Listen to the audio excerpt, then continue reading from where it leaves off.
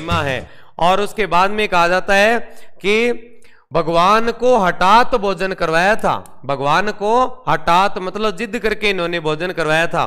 और एक बार एक जागीरदार लगान वसूल करने आया था और धन्ना से कहा कि लाओ क्या हुआ है खेत में, उसका मेरा 1/4 मेरा हिस्सा दो मुझे लगान के रूप में, टैक्स लगान के रूप में, टैक्स के रूप में। तो कहते हैं धन्ना जी ने कहा था कि मेरे खेत में जो भी हुआ है ना उसमें से 1/4 तेरा ले जा, तेरा कल्याण है।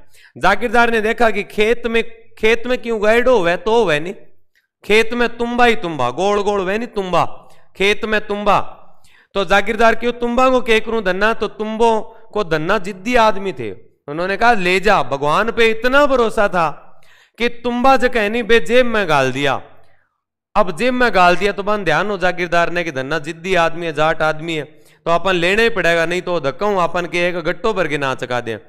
तो जागीरदार लेके चलियो, कितनी देर चल है। अब अपन एक बात को ध्यान है कि एक जेब में लोअर पीरियड हो रही, एक जेब में 8 तुम्बा गाल दे, दूसरा में 8 16 तुम्बा गाल दे, तो बताओ तुम्बा पकड़ा के आप पजामो पकड़ा अपनो, बाजी जय को नहीं, चाली जय को नहीं, समस्या होगी।